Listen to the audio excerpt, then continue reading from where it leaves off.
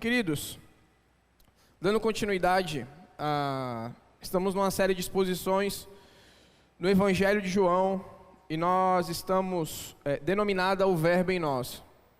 Paramos no capítulo 5, semana passada foi do 16 ao 30, hoje nós vamos fazer a conclusão do capítulo 5, que se dá do verso 31 ao verso 47, abram as suas Bíblias, por favor, queridos.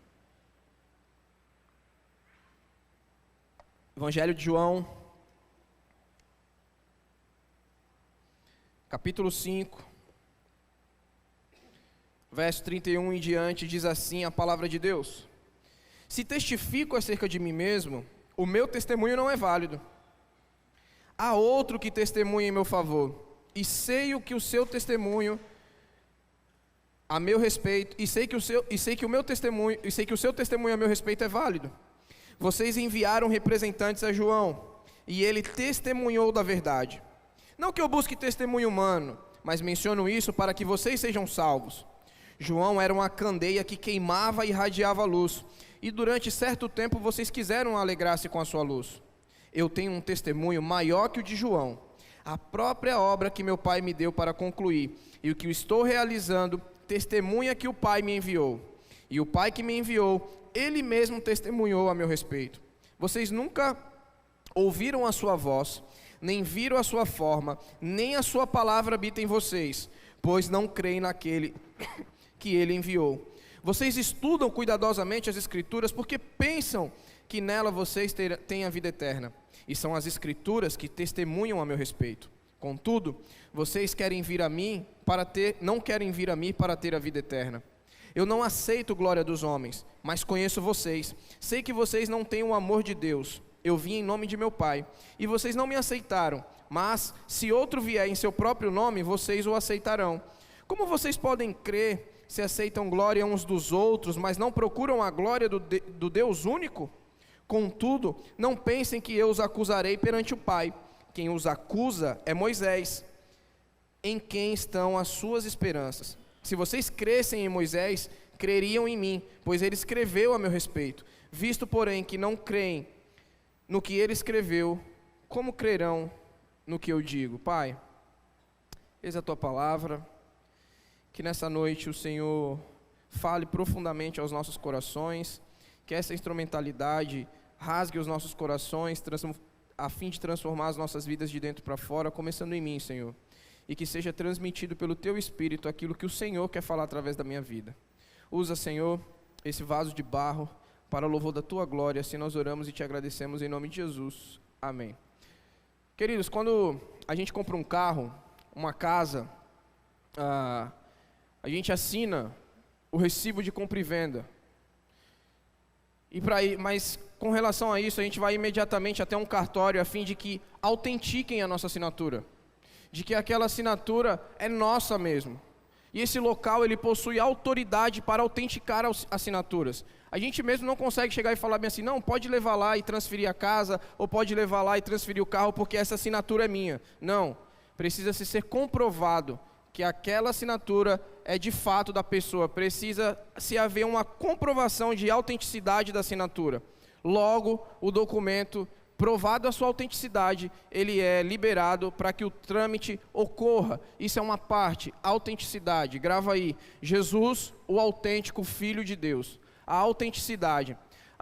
Eu gosto muito de filmes que retratam principalmente tribunais, né? E há um filme especificamente chamado Marshall, mas que ele se passa num contexto de que é baseado numa história real, em que um homem negro, o primeiro homem negro a ir para a Suprema Corte dos Estados Unidos, ele defendia a causa de pessoas indefesas no período ali na década de 30, na década de 40, que não tinham direito a um advogado de forma como os brancos tinham. E aí, num caso, em 1941, do estado de Connecticut, contra Joseph Spell, ele defendeu Joseph Spell contra a acusação de um crime que ele não havia cometido. E aí se dá todo o desenrolar de que, a partir da acusação, quando ele chega, vem a defesa dele. Para isso ele precisou mostrar provas, e ele precisou de testemunhas, e ele precisou argumentar de que de fato aquele homem era inocente. Dado um determinado momento, um período onde achava-se que aquele homem que era negro iria automaticamente ser enforcado por causa do crime que havia cometido contra uma mulher branca, foi provado totalmente ao contrário, que aquele homem não havia cometido crime, e assim aquele homem foi liberto. Ou seja, o advogado usou provas e testemunhas para autenticar, para afirmar que aquele homem era de fato inocente, aquele homem de fato não havia cometido crime algum. O que isso tem a ver com o nosso texto de hoje? A gente vai falar sobre os testemunhos que autenticam que de fato Jesus é o Filho de Deus. Mas por que isso, pastor? Por que está precisando como se fosse num tribunal? Na semana passada, a parte anterior do texto, nós vimos a respeito de Jesus ser levado ali numa espécie de tribunal pelos líderes judeus, logo após ele curar um paralítico e logo após ele mandar ele tomar sua cama e andasse. E aí ele disse, e eu disse também, que nem sempre boas obras vão nos render aplausos, pelo contrário, pode nos render perseguição, e foi o que aconteceu com Jesus. Acontece de fato com Jesus, porque, como foi dito, ele cura no sábado, e pela declaração de que de fato ele é o Filho de Deus, e isso era ofensivo, isso era muito grave ao ouvido daqueles religiosos, e com isso, até matar Jesus eles queriam, como ali num tribunal, vindo logo em seguida. A defesa tem de vir seguidas de provas autênticas, a fim de que o réu seja declarado inocente mediante a apresentação das mesmas, e é isso que Jesus começa a fazer. É óbvio que o intuito de Jesus não era se defender deles, pois a missão de Jesus era muito maior. Mas através desses testemunhos mostrar que de fato ele era o Filho autêntico de Deus, que de fato aquilo que ele estava falando era verdade, e que esses testemunhos inclusive serviria para condenar aqueles homens que estavam o acusando por não acreditarem em suas palavras. Se vocês notarem, nesse trecho do texto, se você der uma olhadinha na sua Bíblia aí, você quiser circular e procurar, a palavra testemunho aparece 10 vezes. Na NVI, no primeiro verso aí, no 31, aparece testifico, mas a tradução correta no original é testemunhasse, se eu testemunhasse. Então a palavra testemunho aparece 10 vezes nessa perícope, nessa parte, nesse trecho do texto. E no trecho de hoje nós vamos ver Jesus apresentando 5 testemunhos a fim de estabelecer e reforçar sobre o seu argumento sobre os milagres, o sábado e principalmente para mostrar que ele é autêntico Filho de Deus, que isso já havia sido predito pela lei e pelos profetas. Porém, antes de apresentar esses 5 testemunhos, Jesus ele inicia uma declaração. Ele faz uma declaração que é o seu próprio testemunho, um testemunho de si próprio. E aí ele vai apresentar, após essa declaração, os 5 testemunhos que são: o primeiro testemunho é de João Batista, versos 33 a 35. Ele vai apresentar os testemunhos de suas obras, verso 36. O testemunho sobre ele vindo da parte do Pai, que é Deus, verso 37 a 38. O testemunho acerca dele das Escrituras, verso 39 a 44. E por último, a última testemunha, Moisés, verso 45 a 47. E ao observar o texto, foi muito interessante aquilo que a gente cantou, quero me parecer contigo. Senhor, quero me parecer contigo. E a gente vai ver ao longo do texto que essa declaração nossa, de se parecer com Jesus, tem tudo a ver com aquilo que nós vamos ouvir e observar nessa noite através da sua palavra. Versos 31 e 32, a declaração de Jesus acerca de si mesmo, se você der uma olhadinha, quando ele usa essa expressão, se eu testificasse, a palavra aqui é martírio no grego, é dar uma declaração no tribunal. Ou seja, se eu falasse de mim mesmo, se eu testificasse de mim mesmo, se eu desse uma declaração no tribunal, Jesus está falando sobre isso. Essa minha declaração, ela não é válida. Jesus está usando o Antigo Testamento e uma legislação judaica que dizia que seria necessária 2 pessoas para testemunhar em um processo judicial cuja sentença condenatória fosse a sentença de morte. Deuteronômio capítulo 17, verso 6, vai falar sobre isso. Precisaria de 2 pessoas. Se a gente lembrar no verso 18, você fala assim, pastor, mas ele está sendo condenado à morte? Se você pular para trás um pouquinho a página da sua Bíblia e ler o verso 18, vai dizer, por essa razão, ou seja, Jesus ter curado no sábado, ter mandado na verdade ter mandado ele pegar a maca e andar no sábado, e dizer que estava trabalhando para o próprio Deus e era filho do próprio Deus, o que acontece? Por essa razão, os judeus ainda mais queriam matá-lo. Jesus começa esse argumento falando disso. Não adianta eu falar para vocês. É claro que quando Jesus diz que o seu testemunho não é válido ou não é verdadeiro, como em algumas versões, ele não está dizendo que as suas palavras e o seu testemunho seja falso. E parece que alguns judeus entenderam dessa forma. Quando você vai ler lá na frente o capítulo 8, alguns judeus parece que entenderam dessa forma, principalmente ali o verso 1, comecinho do capítulo 8, de que Jesus estava falando que as suas palavras eram falsas, ou de que as suas palavras não tinham validade. Mas o que Jesus estava dizendo é, no tribunal de vocês, disso que vocês me acusam, não tem validade eu falar. O contrário disso, o que Jesus está dizendo é, se o peso da evidência das suas afirmações próprias depende exclusivamente da sua comprovação, o seu testemunho era falso. Olha que interessante. Olha que interessante o jogo de palavras que Jesus faz. Por que o testemunho de Jesus era falso, se fosse no pensamento deles? Porque anteriormente ele havia declarado que ele faz o quê? Ele faz o que o Pai fala e diz o que o Pai diz. Então, ou seja, o seu testemunho parte da parte do Pai. Era isso que esses homens não aceitavam. Por isso que ele estava falando, se eu falasse de mim mesmo, vocês não iam aceitar. Vocês não aceitariam o que eu estou falando. Por isso que no verso 32 ele incorre a dizer o seguinte, há outro que testemunha a meu respeito.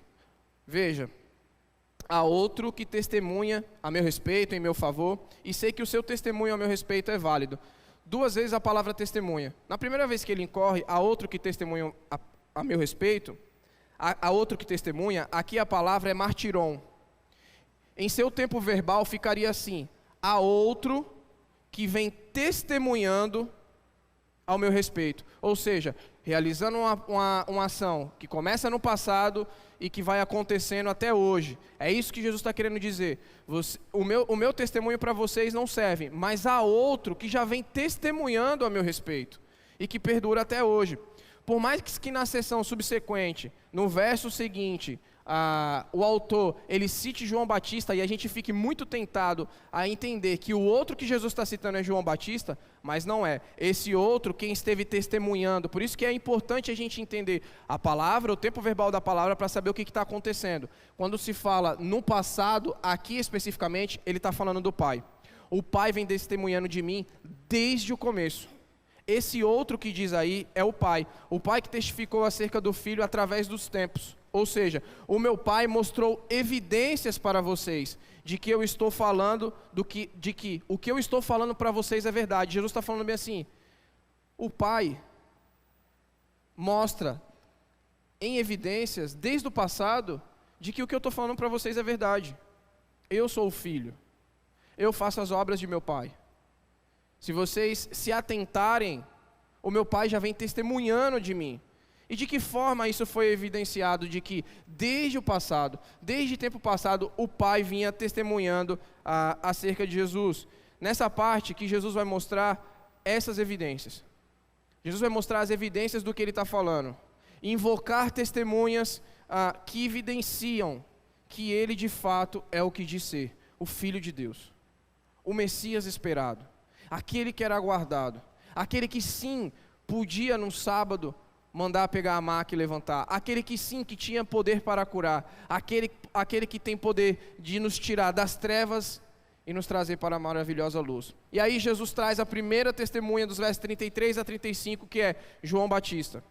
Para os ouvintes, e não para Jesus, era necessário que ele fizesse isso. Que fique bem claro, Jesus faz tudo isso por causa daqueles que o estavam acusando. não por causa de si próprio. Jesus sabia muito bem quem ele era. Jesus sabia muito bem a sua identidade. Jesus sabia muito bem qual era a sua missão. Mas ele o fizera para que provasse para aqueles homens o que ele estava falando. E aí, ele vai mencionar a primeira testemunha, que é João Batista, que lá no prólogo, capítulo 1, verso 7, o que o evangelista João,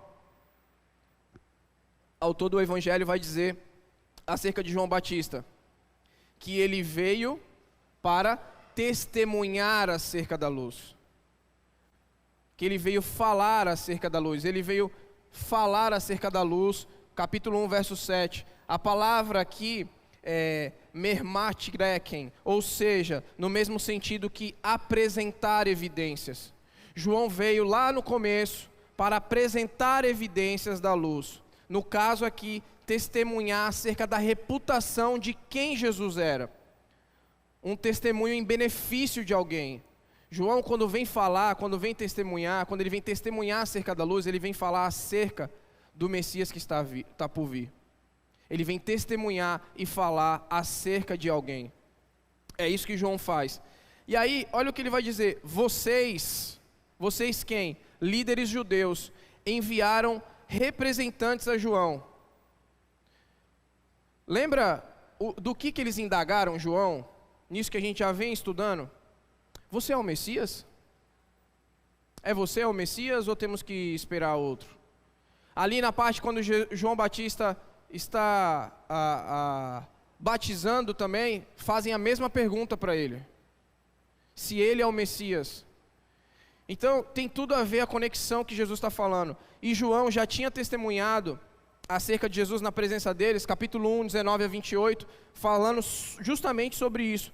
Quando João Batista, ele batiza, e quando ele enxerga Jesus, ele explana algo que para nós é a declaração extraordinária para o nosso coração. Vejam, observem, é o Cordeiro de Deus que tira o pecado do mundo. Isso é testemunhar a favor de alguém. Isso é falar a favor de alguém. João dá uma declaração acerca de Jesus Cristo. Vejam, eis o Cordeiro que tira o pecado do mundo. João Batista aqui estava mostrando àqueles homens, e inclusive os próprios discípulos de João Batista, que estavam ali presentes com Jesus.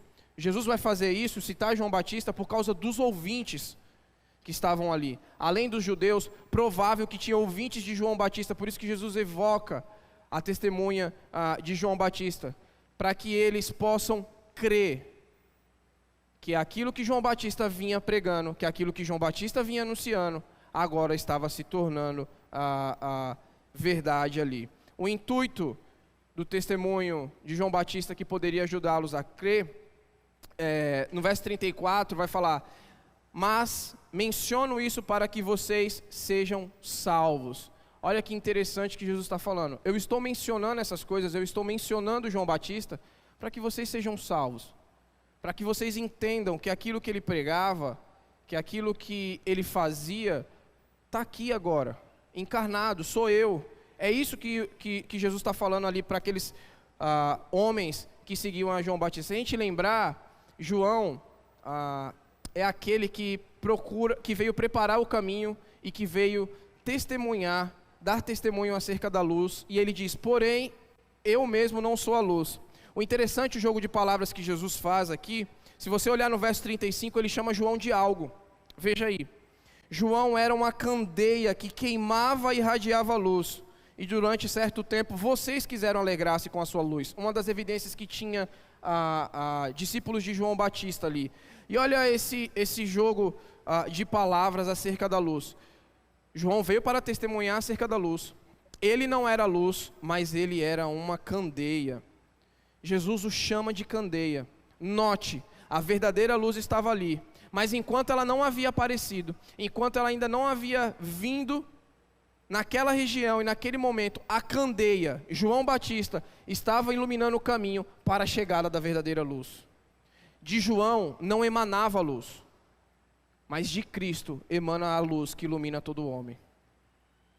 Jesus mostra que a vinda de João Batista no período antigo causa uma certa agitação referente à messianidade. Por isso que todos perguntavam se João era o Messias. João, de fato, a gente tem que ler e pensar que ele era uma candeia diferenciada, que arrastava seguidores, primeiramente para si, antes de Jesus entrar em cena.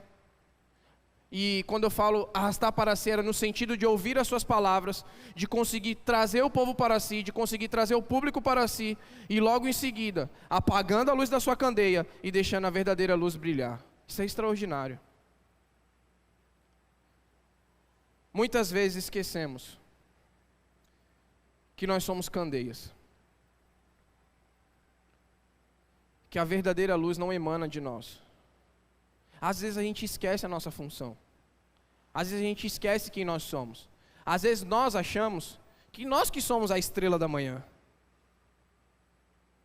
Às vezes nós achamos que nós somos a luz, aquela de fato que ilumina todo homem. Mas nós não somos. Nós só iluminamos, ou deveríamos iluminar, o caminho que mostra a Cristo, a verdadeira luz. Nós deveríamos ser a candeia que vai iluminar e mostrar a Cristo a outras pessoas.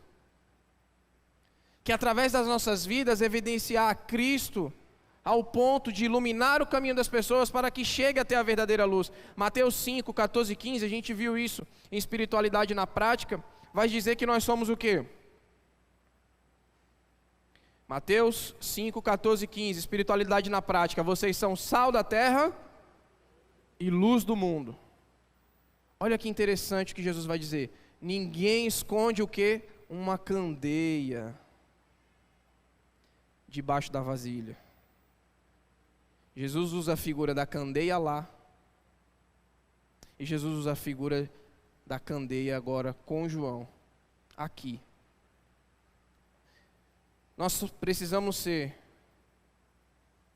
essa candeia que vai iluminar o caminho para que pessoas encontrem a verdadeira luz, para que as pessoas encontrem o Salvador do mundo.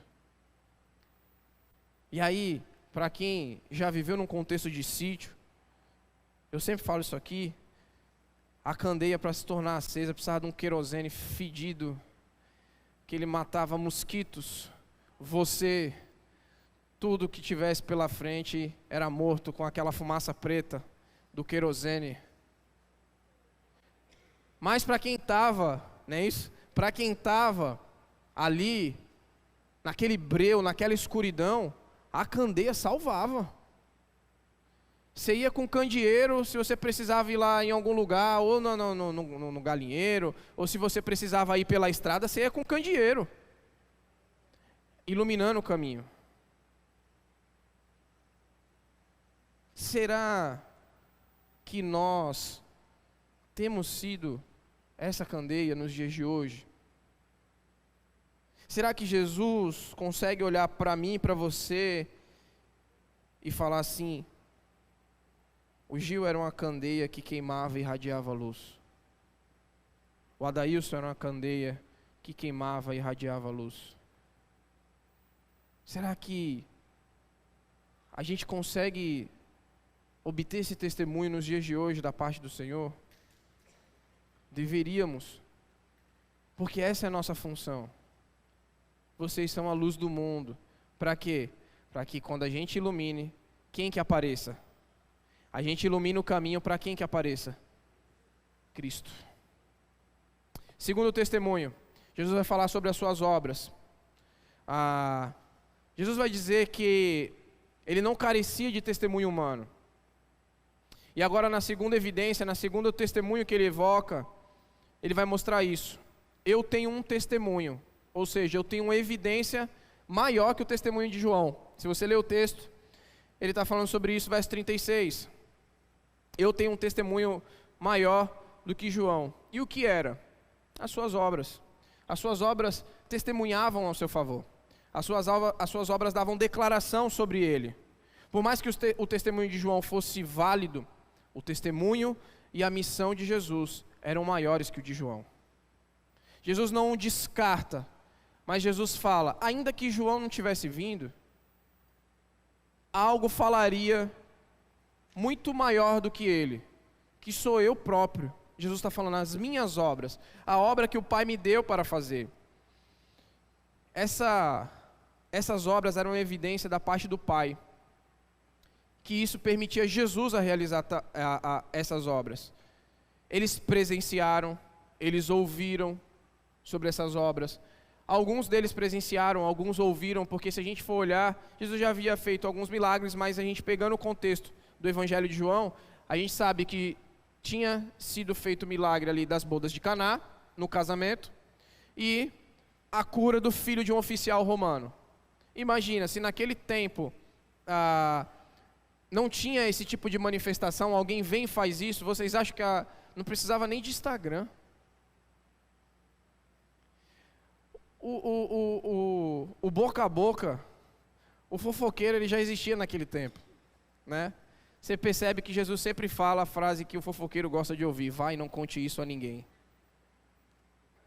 E se espalhava mais rápido que tudo, mas ainda bem que era notícia boa que se espalhava.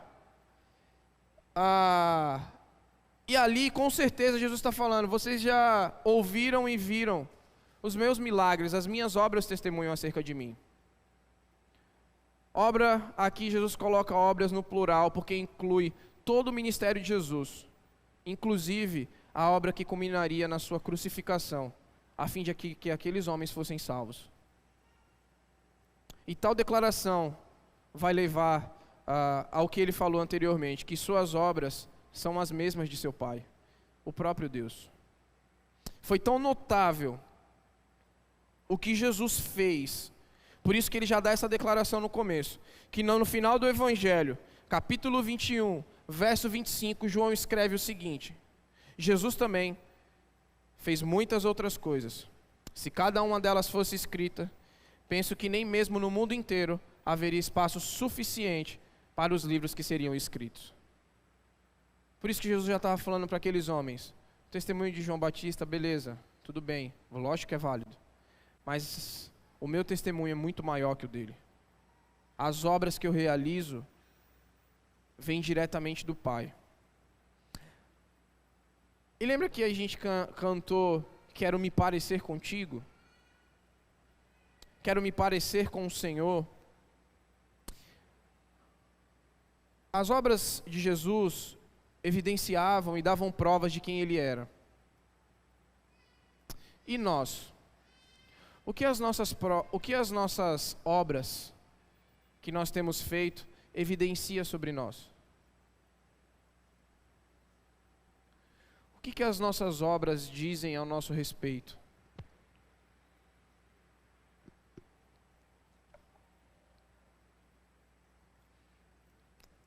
Afinal de contas, uma candeia,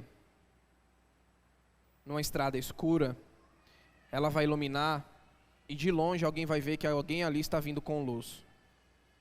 As nossas obras, nossas mesmo, minhas e suas, evidenciam o que de nós? Jesus mostra que as obras que ele estava realizando e que ele iria realizar mostravam de fato que ele era o Filho de Deus, que ele era o Messias aguardado prometido. Mas e as nossas? O que demonstra? As nossas ações, as nossas atitudes, aquilo que a gente tem feito, evidencia o que em nós? E a gente precisa pensar nisso. Do que as nossas obras, o que as nossas obras têm evidenciado? Jesus, sempre quando se dirigia às igrejas, e se eu não me engano, qual delas agora eu não lembro, que Jesus fala, conheço as tuas obras. Eu conheço as suas obras. Jesus conhece as nossas obras. E Ele quer que as nossas obras evidenciem o seu nome.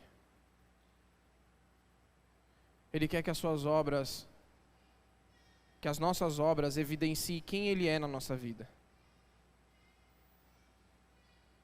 Na defesa do Evangelho, na apologética da vida, de defender quem nós somos, se somos cristãos de fato, as evidências, as obras são grandes evidências para testemunhar a nosso favor de que de fato somos cristãos, de fato Cristo nos salvou.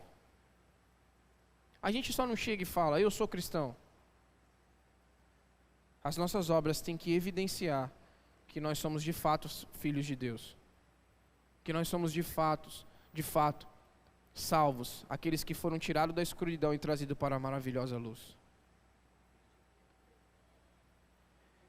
Éfeso, obrigado, Adailson.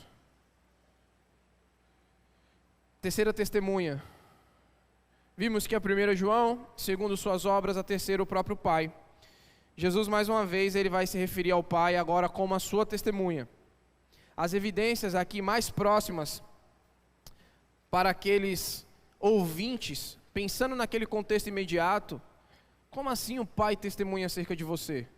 Uma prova, uma evidência mais clara para aqueles ali que estavam nesse momento, aqueles judeus que indagaram Jesus, era justamente no que se refere ao batismo.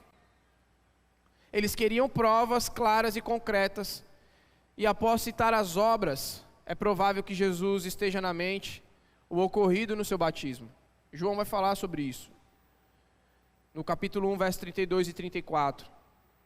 O que quando Jesus é batizado por João Batista, quando ele emerge das águas, o que acontece? Uma voz vinda do céu diz o quê? Este é meu filho amado, em quem me compraz, ou quem tem um prazer. E logo após isso, o Espírito desce sobre ele em formato como numa pomba, testificando que aquele era o Filho de Deus. É como se Jesus estivesse dizendo assim, mas vocês acabaram de presenciar o meu batismo. Aquela voz que veio do céu, que vocês ouviram, e vocês ouviram o Espírito descer aqui, isso também testifica ao meu favor. Aquele era o Pai falando sobre mim. Porém, Jesus começa agora a fazer uma série de acusações contra aqueles homens que o estavam acusando de blasfêmia. Jesus fala assim, vocês nunca escutaram a voz de Deus. Veja o verso 37. E o Pai que me enviou, Ele mesmo testemunhou a meu respeito. Vocês nunca ouviram a sua voz. Mesmo Deus fazendo aquilo, aqueles homens estavam com os ouvidos fechados por causa da sua religião. Como o autor de Hebreus fala, que Deus falou de muitas maneiras e muitas vezes, aqueles homens não tinham nem aceitado e muito menos escutado o que o Pai tinha falado. E quando Jesus falava sobre isso, vocês não ouvem. Vocês não ouviram a sua voz, porque Ele está falando de si próprio. Eu sou o Messias, eu sou o enviado de Deus, eu sou o próprio Deus, mas vocês não escutam o que eu estou falando. Vocês não ouviram nem a voz do Pai, e vocês também não estão escutando o que eu estou falando. Esses se recusavam a dar crédito e a ouvir a voz da palavra do Verbo encarnado, de Jesus Cristo. Jesus faz uma conexão com Moisés, que logo será chamado por ele próprio, dizendo, vocês nunca ouviram a voz de Deus, diferente de Moisés. Moisés ouviu a voz de Deus. E vocês nunca viram a sua forma. Está no texto. Diferente de Jacó. O que Jesus estava querendo dizer, vocês judeus que estão querendo me incriminar, não ouvem a voz de Deus igual Moisés e nem conseguem reconhecer a forma de Deus que é Cristo, que nem Jacó, porque vocês estão cegos nos pensamentos e na religião de vocês. O que Jesus estava querendo dizer, se vocês fossem verdadeiros israelitas, vocês compreenderiam essas coisas. Agora é Jesus que faz a acusação. Agora é Jesus que instiga. 3 acusações. Vocês não ouvem, vocês não veem, e nem a sua palavra habita em vocês. Essa tripla condenação se deu porque eles não se importaram, não deram importância com as evidências mostradas por Cristo até ali, e nem no decorrer da sua caminhada. Deixar de crer em Jesus é uma forte evidência de que, por mais exigente que eles fossem com o que estudavam, mais zelosos fossem com o que estudavam, eles não foram capazes de absorver ao ponto de entender e obedecer aquilo que eles haviam escutado. Eles eram tão zelosos, se atentavam tanto para as práticas, mas não se atentaram tudo o que vinha sido discorrido acerca de Jesus até aquele momento. Por isso que Jesus faz essa tripla condenação acerca deles, porque eles não criam e não queriam crer naquele que Deus enviou, e aquilo era uma evidência clara. E ao passo que Jesus faz isso, fazendo essa comparação, fazendo com que eles pensem acerca do que eles ouviram e daquilo que eles estudavam, Jesus chama a 4ª testemunha. Jesus conclama a 4ª testemunha. Quem é? As Escrituras. Verso 39 ao 44. Depois de João Batista, depois das suas próprias obras, depois de falar que o Pai era a sua testemunha, agora Jesus diz que as Escrituras dão testemunho, evidenciam a seu respeito. A comprovação clara do fracasso deles em crer no que Jesus dizia ficava mais evidente quando Jesus cita as Escrituras, que as Escrituras testemunhavam acerca dele.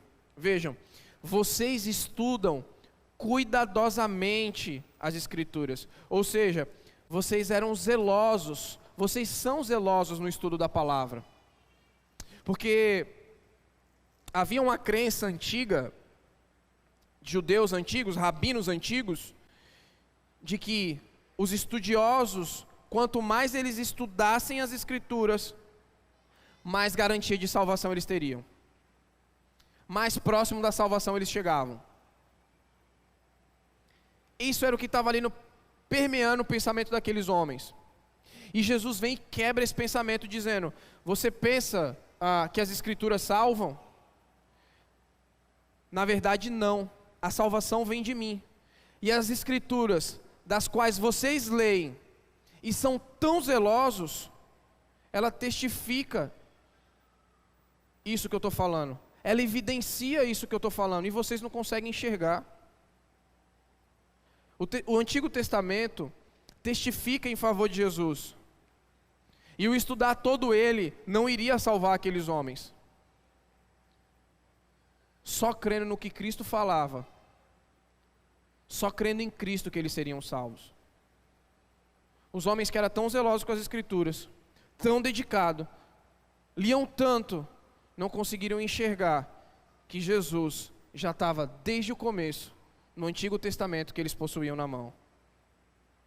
Por isso Jesus disse: mesmo estudando isso, ainda assim vocês não querem vir até mim.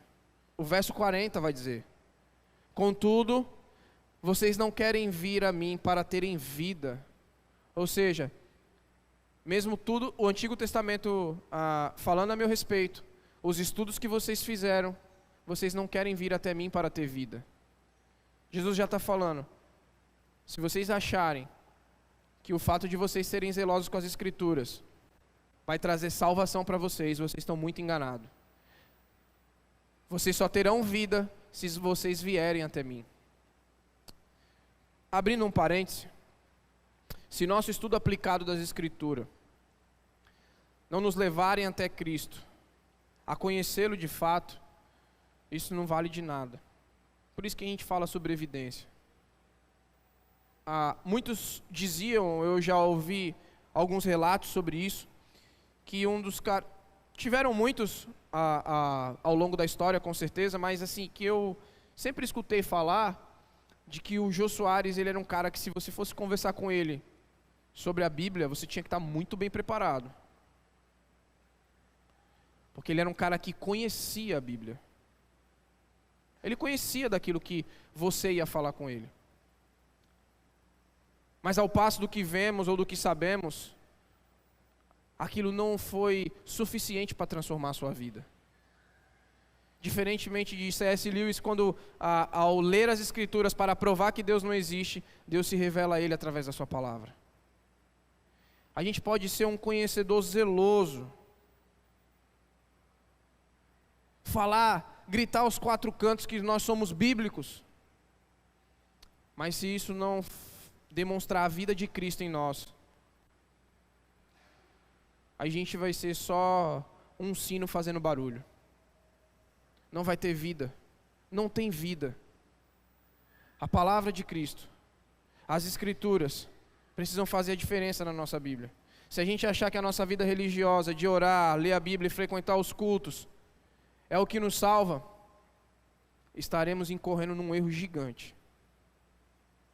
Aqueles homens pensaram assim. O interessante é que muitos judeus pensam assim até os dias atuais. Alguns ainda aguardam a chegada do Messias e acham que as Escrituras, aquilo que eles guardam com tanto zelo, é o que traz salvação para eles. Mas não é. A salvação é única e exclusivamente por meio de Jesus de Nazaré. Só em Cristo a salvação. O verso 41 e 42, Jesus agora pula do testemunho para a glória. Veja, eu não aceito glória dos homens, mas conheço vocês, sei que vocês não têm o amor de Deus. Jesus diz que não aceitaria testemunho humano e diz que agora não aceita glória humana. Como é isso, Jesus? Ao contrário daqueles homens, Jesus está falando daqueles homens que eram especialistas, lembram? Quando a gente pega ali o Sermão do Monte, aqueles homens eram especialistas em quê? Em fazer orações altas, orações no meio da praça, demonstrar o rosto decaído que estavam em jejum, aqueles que anunciavam com trombetas as suas obras a serem à vista de ser visto pelos homens. É isso que Jesus está falando.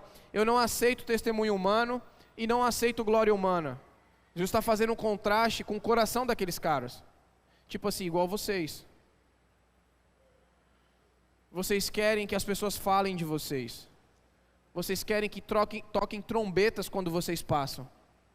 Eu não aceito isso, não é isso que eu desejo. Não é isso que eu vim buscar. Jesus disse que não queria esse tipo de glória como eles. E Jesus, para evidenciar isso, faz uma comparação.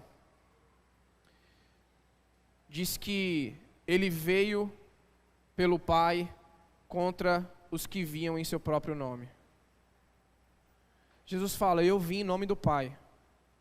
Eu faço as obras de meu Pai. Jesus, quando chegou na terra, ele não falou bem assim, agora, hein? Segura aí, Pai, que agora chegou a minha hora de brilhar. Agora eu vou mostrar quem eu sou. E o Senhor fica aí de lado. Jesus fala, eu vim mostrar as obras do meu Pai. Eu falo o que meu Pai diz. Em contraste com isso, os judeus que diziam zelosos pelas Escrituras, eles falam o quê? Olhem para mim. Olhem as obras que eu faço. Vejam como eu sou zeloso. Como eu preservo as Escrituras. Como eu luto pelas Escrituras. Muitas vezes, a gente está lutando pelas Escrituras de uma forma errada. Não para buscar a glória de Deus, mas para buscar uma glória própria. E Jesus repudia isso. Não adianta a gente falar que a gente é bíblico com um sentido altivo, buscando a glória para nós. Mas precisamos buscar única e exclusivamente a glória para Deus. Esse é o sentido da nossa vida. A nossa vida serve para glorificar a Deus. Jesus vai dizer, vocês não me aceitam ou não aceitam as minhas palavras. Mas se vier alguém se gabando de seus feitos e bajulando vocês, esse será aceito. Há um trecho, não sei se vocês assistiram, ouviram,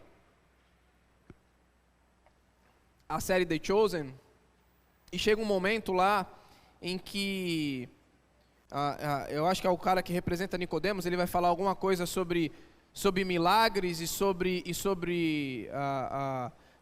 milagres, e alguém vai dizer assim, E ele não anunciou isso para ninguém? Sem querer glória para si? Aí o Nicodemos fala, eu não sei nem quem ele é. Eu estou procurando ele ainda. Mas como assim há alguém que está fazendo essas coisas e não está querendo obras para si? É justamente isso que Jesus está falando.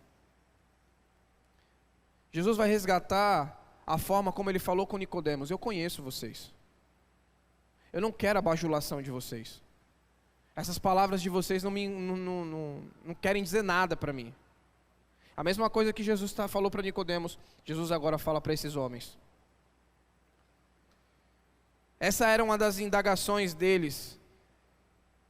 Quem é que realiza tanta coisa e não quer glória nenhuma? Era como se Jesus estivesse dizendo, prazer, Jesus de Nazaré. A gente precisa analisar se as obras que a gente faz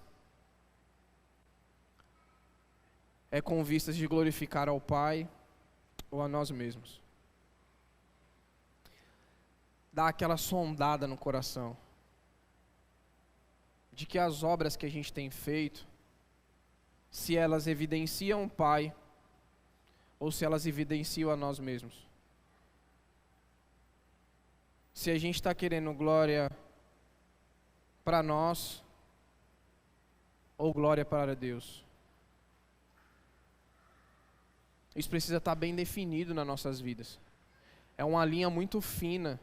Não estou falando que a gente não deva elogiar alguém. Não estou falando que a gente não deva fazer algo para alguém ver. Isso não é o ponto. Mas a questão é o coração. Conversando algumas vezes, tem-se muitas dificuldades, e aqui é algo meu, tá? Da gente, quando... Tem até uma imagem que retrata isso, né? A gente falou sobre isso quando der esmolas no Espiritualidade na Prática. Aí trouxe a imagem de alguém que está dando uma sacola, parece que é de comida, e está com aquele negócio assim, fazendo uma selfie. As obras da nossa vida, quer sejam elas obras terrenas e aquilo que a gente faz manualmente, e as nossas obras espirituais, ela tem que dar glória única e exclusivamente para Deus. Isso precisa ficar bem claro nos nossos corações. Se a gente está fazendo alguma coisa aqui hoje, se a gente está realizando algum trabalho na igreja, e se a gente está fazendo algo aqui em vista de que o nosso nome seja honrado,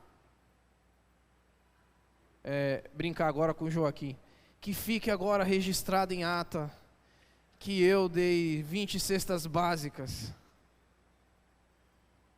Aí a glória é nossa, a glória não é de Deus. E isso chega aqui também, principalmente em nós,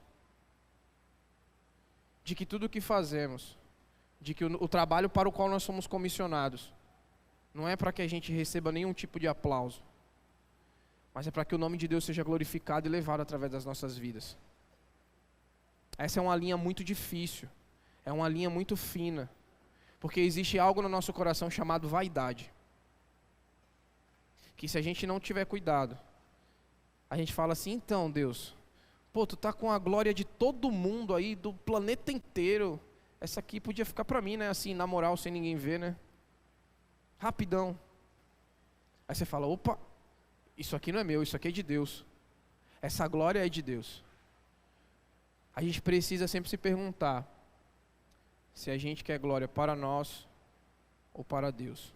Quinta e última testemunha, Moisés. No tribunal divino, é muito interessante ler acerca disso, a descrença deles iria condená-los. Se você olhar versos 45 e 47, vai dizer, contudo não pensem que eu os acusarei perante o Pai, quem os acusa é Moisés, e em quem estão as suas esperanças. Se vocês crescem em Moisés, creriam em mim, pois ele escreveu a meu respeito. Visto, porém, que não creem no que ele escreveu, como crerão no que eu digo? Última testemunha, Moisés, que através de Deus tinha dado a lei em que eles se baseavam para acusar Jesus. Interessante que Paulo, escrevendo aos Romanos, capítulo 2, verso 7, vai dizer o seguinte: todos que com a lei pecaram, mediante a lei, serão julgados. O que Jesus está falando aqui? Quem vai julgar você, quem vai condenar vocês não sou eu. Quem vai condenar vocês é Moisés, em quem vocês colocam toda a sua esperança. E o que isso quer dizer? Se vocês crescem ou acreditassem de fato em Moisés, vocês iam crer em mim. Pois Moisés testemunhou acerca de Cristo. Deuteronômio 18, 15 diz o seguinte: o Senhor teu Deus suscitará um profeta do meio de ti, de teus irmãos, semelhante a mim. João cita várias vezes essa passagem no decorrer do seu evangelho. Várias. As palavras de Cristo são idênticas à de Moisés. E essa condenava aqueles homens e absolvia Cristo do sistema religioso judaico. Veja que interessante. Acreditar no que os pastores pregam ou falam sobre Cristo, do tipo, achar legal, achar bacana, olha que interessante, olha que inteligente isso. Se vocês tiverem esse tipo de pensamento, mas não creem em Cristo para a salvação, já estão condenados automaticamente, imediatamente. É isso que Jesus está falando para eles.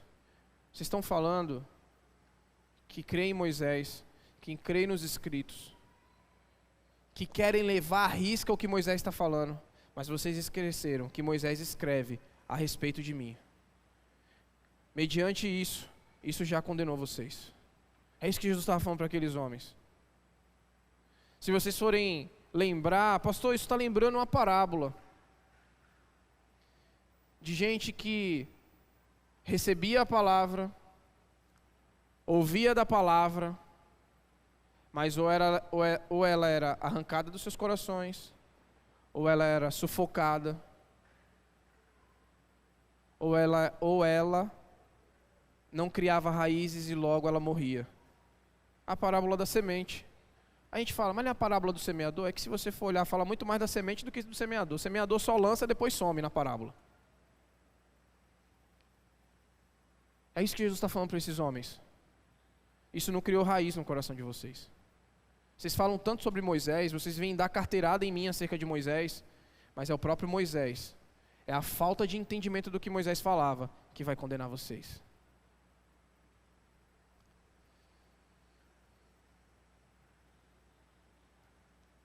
Para sermos salvos, nós não evocamos o nome de antepassados. Por isso que Jesus, nas nossas palavras nos dias atuais, vai dizer que as nossas credenciais, quer seja familiares, quer seja eclesiásticas, não nos levam para o céu. Há só um caminho que nos leva para o céu, e é Jesus Cristo. Aquela frase que você ouve, ou que você ouviu em algum tempo da sua vida, da sua caminhada, que todos os caminhos levam a Deus. Há um só caminho que leva a Deus, chama-se Jesus Cristo. Jesus de Nazaré. Só Ele leva a Deus. Só Ele salva. Só Jesus Cristo salva. Mas eu era neto. O meu vô, não dei risada, o meu vô era o Mané Cebola. Mas eu sou neto do Mané Cebola, eu não vou para o céu, não vai. Mas a minha mãe orava por mim todas as noites, e eu cresci nessa igreja. Se você não reconheceu Jesus como Senhor e Salvador da sua vida, não vai. Era isso que aqueles líderes religiosos não entendiam. E é isso que muitos de nós não entendem nos dias de hoje. Para a gente concluir, o conflito de Jesus contra o sistema religioso judaico não acaba aqui. Não encerra com essa explanação. Todas as evidências mostradas por Jesus, as testemunhas, foi para testemunhar acerca de si mesmo. Não com o fim de provar nada a homens, mas com o fim de ensinar o sistema judaico. Revelar de fato quem ele era e qual era a sua missão. Jesus apresentou testemunhas incontestáveis, mas que infelizmente naquele período, e como nos dias de hoje, não seriam suficientes para abrir os olhos em trevas daquele sistema religioso. Porém, era necessário que ele falasse, era necessário que ele continuasse, para que outros que crescem nele fossem salvos. E o que isso tem a ver comigo? Como isso tudo que a gente ouviu se aplica à minha vida? Quando a gente canta, ai Pai, faz de mim alguém parecido contigo,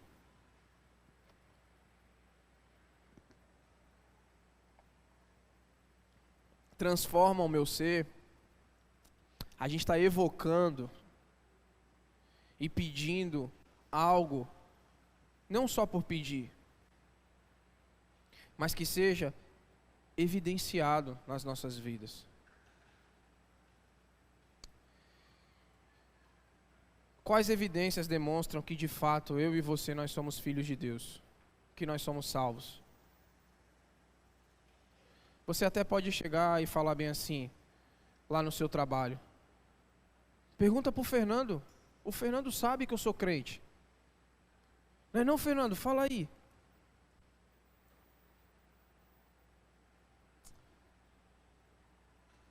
E não ser suficiente.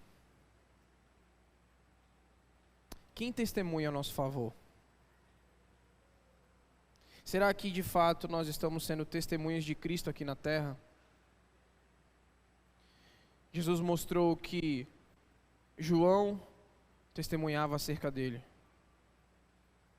Será que as pessoas que nos veem, fora aqui do contexto eclesiástico, eles testemunham que de fato nós somos o Filho de Deus, que nós somos cristãos autênticos, genuínos, verdadeiros?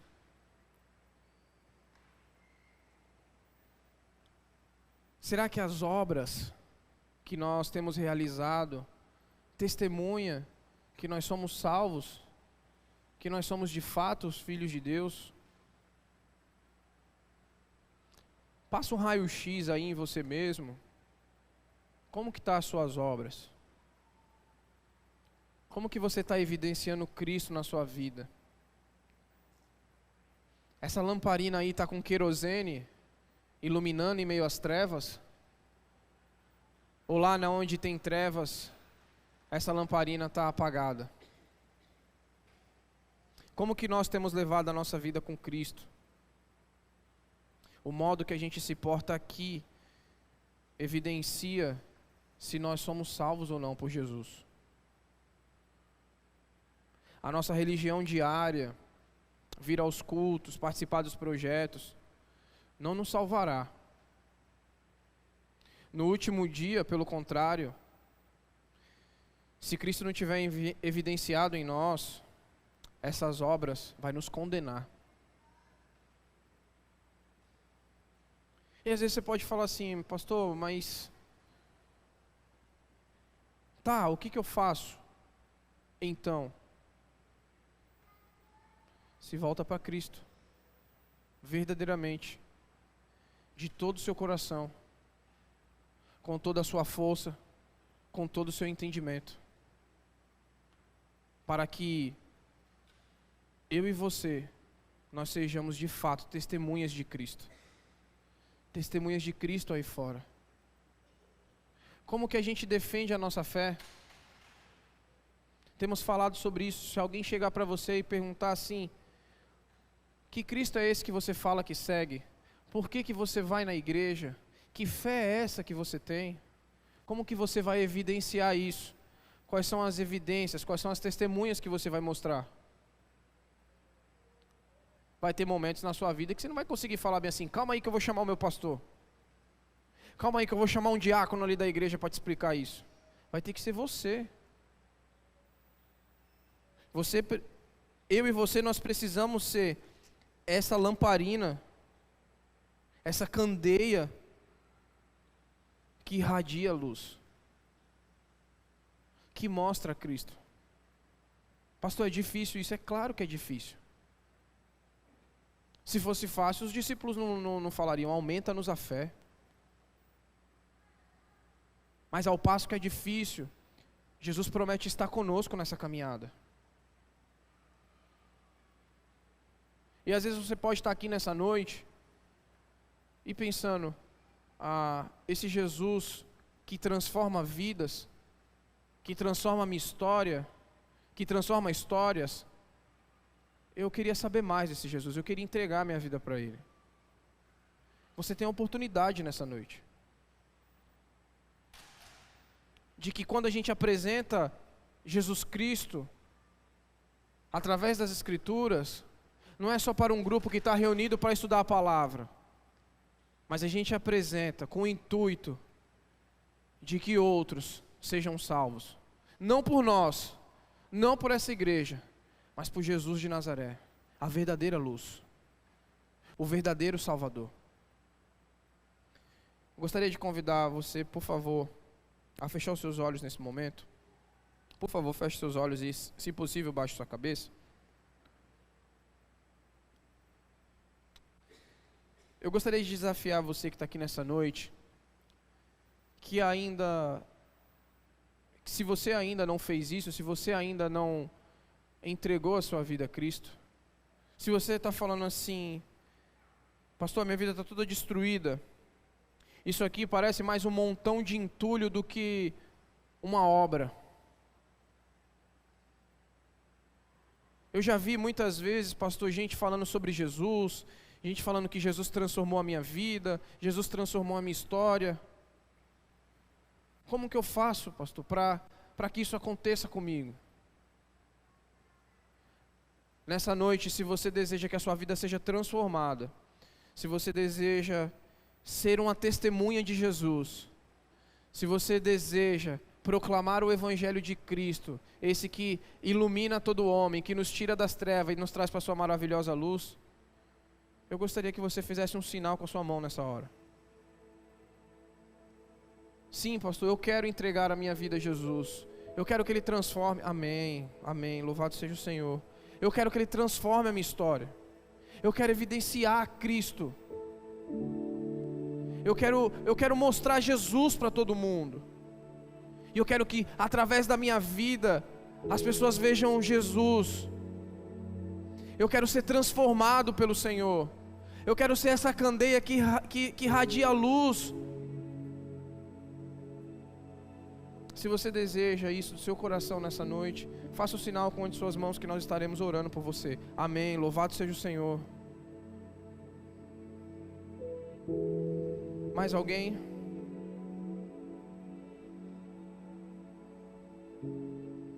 E agora, se você que está aqui na condição de pastor, eu creio sim que sou salvo. Eu creio de fato em Jesus Cristo. Eu fui salvo um dia, mas eu não tenho evidenciado as obras de Cristo. Vamos se dizer que eu sou uma candeia apagada. As obras do Salvador, do Redentor, não têm sido demonstradas através de mim. Eu não tenho sido uma boa testemunha de Jesus no meu trabalho, no meu lar, na faculdade, na escola. E eu gostaria, pastor, de que essa luz dessa candeia acendesse de novo no meu coração, para que eu pudesse irradiar a luz e que outros cheguem a Jesus Cristo através de mim. Eu te convido a orar comigo nessa noite. Senhor, eis a Tua palavra. Eis aqui alguém que também precisa, dia após dia, batalhar para evidenciar Cristo. Nós que aqui estamos não somos melhores que aqueles que estão em dificuldade, que estão em problemas. Temos as nossas lutas. Muitas vezes queremos glória para nós. Muitas vezes nem evidenciamos assim, a nossa candeia está apagada. Mas Senhor, por favor, Reacende no nosso coração a chama de Cristo, aquela que nos resgatou, que nos tirou das trevas para a maravilhosa luz e nos salvou, e nos limpou e nos purificou de todo pecado. Faz, Senhor, de nós candeias reluzentes, que mostra o caminho para aqueles que estão em trevas, perdidos, ó Pai. Por favor, Senhor, que a Tua palavra penetre profundamente nos nossos corações. Te agradecemos, ó Pai, porque graças a Ti, louvado seja o Teu nome por isso, 2 queridos entregaram a vida ao Senhor nessa noite. A Tua palavra diz que hoje há festa no céu, porque esses se arrependeram dos seus pecados. Senhor, nos faz candeia, ó Pai, porque há muito mais para nós iluminarmos. Por favor, Senhor, a começar em mim, por favor, nos faz candeia, que reflita, que ilumine o caminho daqueles que enxerguem a verdadeira luz, que é Jesus de Nazaré. Toda a honra e toda a glória seja dada a Ti, Senhor. Assim nós oramos e Te agradecemos em nome de Jesus. Amém. Amém. Firmes. Candeia aí vai bombar. Amém. Amém. É isso aí, uhul. Iluminar o caminho daqueles que precisam vir até Cristo. Aos irmãos queridos amados que nessa noite decidiram por Jesus, eu e o pastor Wesley, nós vamos estar orando com vocês e conversando com vocês, tá bom? Que Deus abençoe a vida de vocês. O louvor, uma parte está aqui, o outro já pode vir. Que Deus abençoe a vida de vocês, que Deus guarde aí essa palavra no coração. E da minha parte, até mês que vem.